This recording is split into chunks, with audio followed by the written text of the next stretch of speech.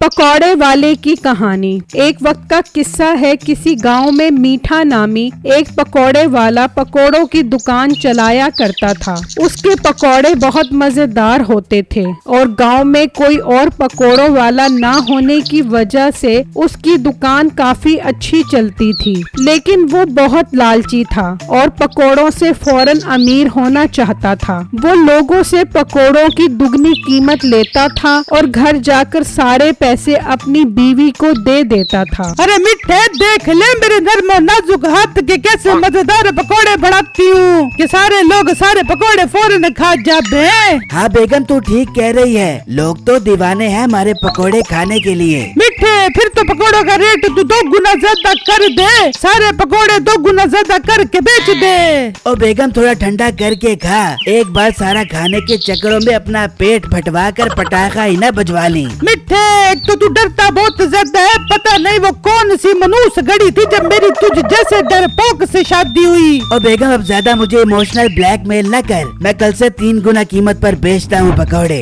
फिर अगले ही दिन मीठा अपनी दुकान पर पकौड़ों की कीमत 300 पाव कर देता है। तो एक ग्राहक उसके पास आता है। अस्सलामुअलैकुम भाईजान, क्या हाल है आपका? वालेकुम अस्सलाम, मैं ठीक हूँ। ओ भाई, अपना हाथ जरा अपने कंट्रोल में रख। ये जो तू पकौड़े उठाकर खा रहा है मैं सब देख रहा हूँ। आंखों पर पट्टी नहीं बांधी हुई मैंने। ओ भाई साहब, पकौड़ों का जायका चेक कर रहा था। अच्छे लगेंगे तो ही लूंगा ना। जायका एक पकौड़े से ही पता चल जाता है। ये जो तू सियाड़ा बन के अपना पेट भरने के चक्करों में है ना, मुझे सब पता है। वो अभी बात कर ही रहे होते हैं कि एक बूढ़ी फकीर औरत वहाँ आती है। अरे बेटा, बहुत जोर की भूख लग रही है, कुछ पकौड़े खिला दे बेटा। अम्मा, 300 रुपए पाव हैं। कितने पकौड़े दूं आपको? अरे बेटा, मैं तो बहुत गरीब औरत हूँ, मेरे पास पैसे कहाँ से आए? बेटा, अल्लाह के नाम पे पकौड़े खिला दे। ओ अम्मा, ये मैंने कोई लंगर खाना नहीं खोला हुआ जो ऐसे ही फकीरों को अपने खस्ता करारे पकौड़े खिलाता रहूं। चल अम्मा, चल यहाँ से अपना रास्ता नाप। बेटा, तू तो बहुत बदतमीज इंसान है। तू तो गरीबों की मदद ही नहीं करता।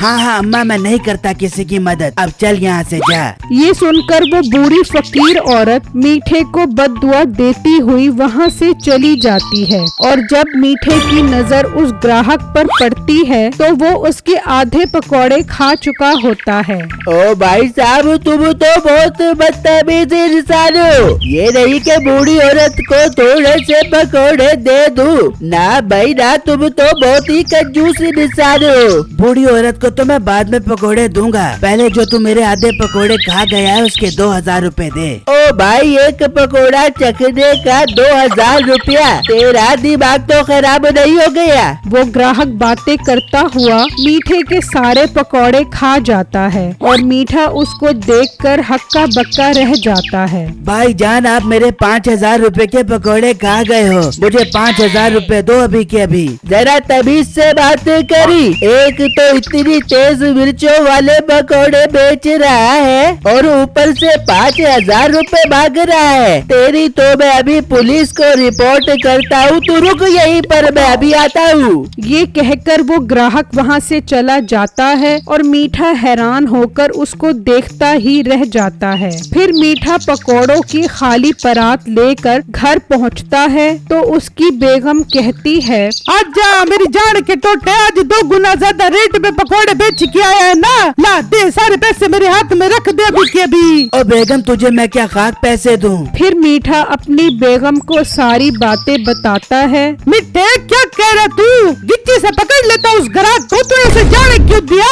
ओ बेगम, मैं उसे क्या खाक पकड़ता? वो तो पहले ही वहाँ से भाग गया था। मिठे, आज तू खाली आता गया, लेकिन याद रखियो कल से अगर तू खाली आता है तो पकौड़ों की जगह मैं तुझे फ्राई कर दे दूंगी। ठीक है बेगम, आइंदा शिकायत का मौका नहीं मिलेगा आपको। फिर मीठा अगले दिन पकौड़े लगाकर अपनी दुकान पर खड़ा होता है। पकौड़े पकौड़े, गर्मा गर्म पकौड़े, मेरी बेगम के हाथ के बने खस्ता करारे 12 मसालों के बने हुए ताज़ा ताज़ा पकौड़े। जो मेरे पकौड़े खाएगा वो बार बार पागलों की तरह भागा हुआ मेरी दुकान पर आएगा। तो एक ग्राहक उसके पास आता है। अस्सलामुअलैकुम वालेकुम भाईजान, क्या हाल है आपका? वालेकुम अस्सलाम, मैं ठीक हूँ। हाथ पीछे कर अपना और मुंह से बात कर। आई बात समझ? भाई मुझे तो लगता है तेरा पकौड़े बेचने का मुंह नहीं लग रहा। तू जानता है मैं कौन हूँ? कौन हो आप भाई? जब बताऊंगा ना तो तेरे पेट उतर जाएंगे। और सुनाओ, भाभी ठीक है? हाँ भाईजान, आपकी भाभी बिल्कुल ठीक है। अब बताएं आप कौन हैं?